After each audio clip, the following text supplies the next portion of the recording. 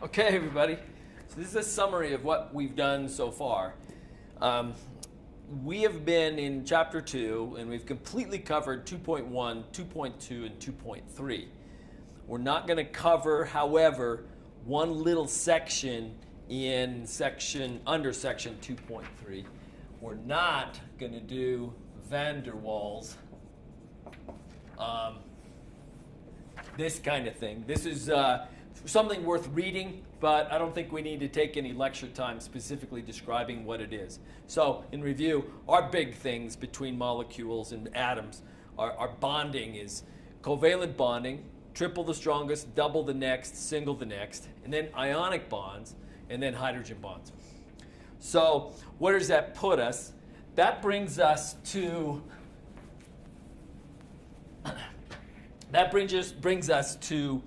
section 2.4, which is a section called chemical reactions.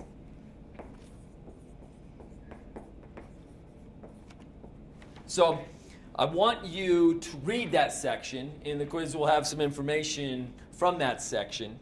What I want to tell you is pretty simple. There's not a whole heck of a lot of information here. Basically, what we like to do when we represent chemical reactions is realize that we have chemicals called reactants on one side of an equation, and then an arrow always indicates the reaction, the process, and that produces products.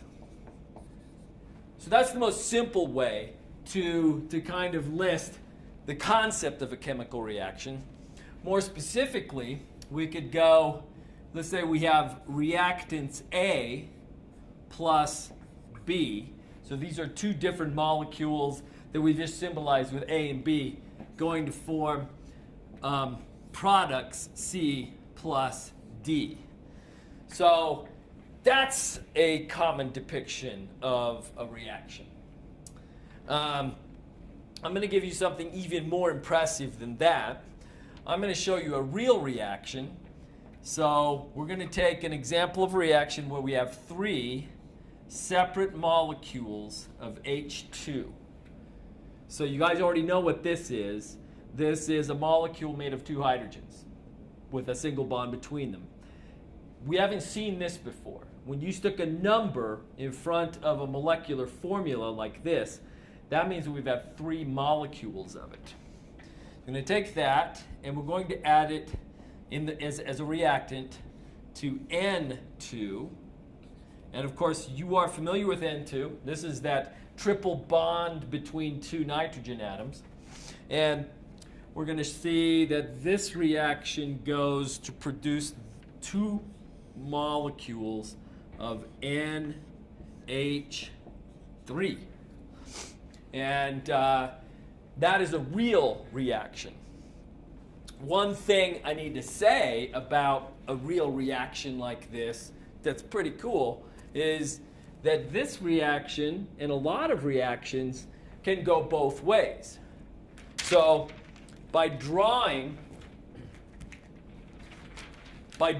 this arrowhead here, that one's not going to work. By drawing this arrowhead right here, this red one, this reaction goes black with the black arrow to the right, and these are the reactants. This is the product. However, this reaction can go the other way too. And in that case, the NH3 is the reactant, and the H2 and the N2 are the products. So another thing that you should do when you take a look at a reaction is, and you would get good at this if you actually were asked to do a lot of chemistry, but in this case I just want you to kind of check up on the math here, or the amounts of things. The total number of hydrogens on this side of the equation, we've got two per molecule, and only one molecule, but we have three molecules. So if we kind of summarize this, we have a total of 6 H's, and we have a total of 2 N's. So 6 hydrogen atoms and 2 nitrogen atoms on this side of the equation. we should see the same on the other side of the equation. And in that case, it would be what we call a balanced chemical equation. So we've got 2 molecules of NH3. So if we have 2 of NH3, that would mean we have 2 N's. I guess I keep it the same. So we have 6 H's and 2 N's. So to get a big fat check mark, it's balanced. So that's the other aspect of a chemical equation, is to have the same numbers of the various atoms of an element on each side in the equation.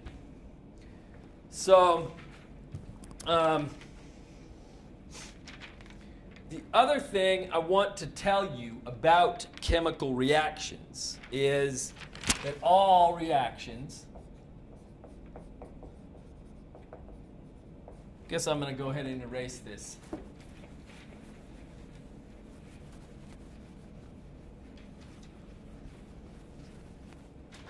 All chemical reactions have the following. They have a rate, a speed that the reaction occurs. And I wanted to tell you that the rate of reaction, as we will find, can be influenced by a wide variety of factors.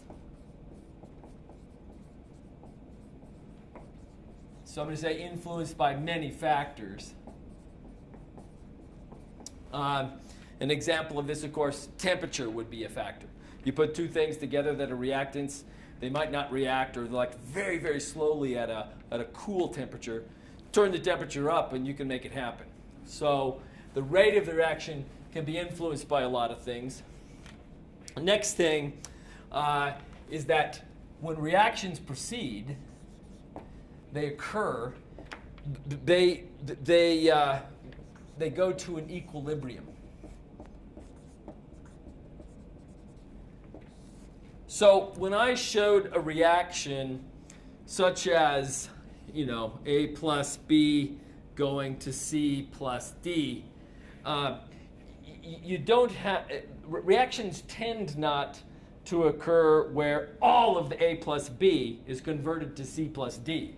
A lot of times there's what we call an equilibrium, meaning that we're going to use quite a bit of the A plus B and make a good amount of C plus D, but it's going to reach some point where it slows down and it reaches this state of an equilibrium where it stops occurring. So that's the nature of a reaction. I think that that's pretty much all I'm going to say about that section. Again, I'd like you to take a look at section 2.4. So that's what this is in the book. They call them concepts in the book. So maybe I should say that, concept 2.4 in the book. And that will finish chapter 2 in its entirety.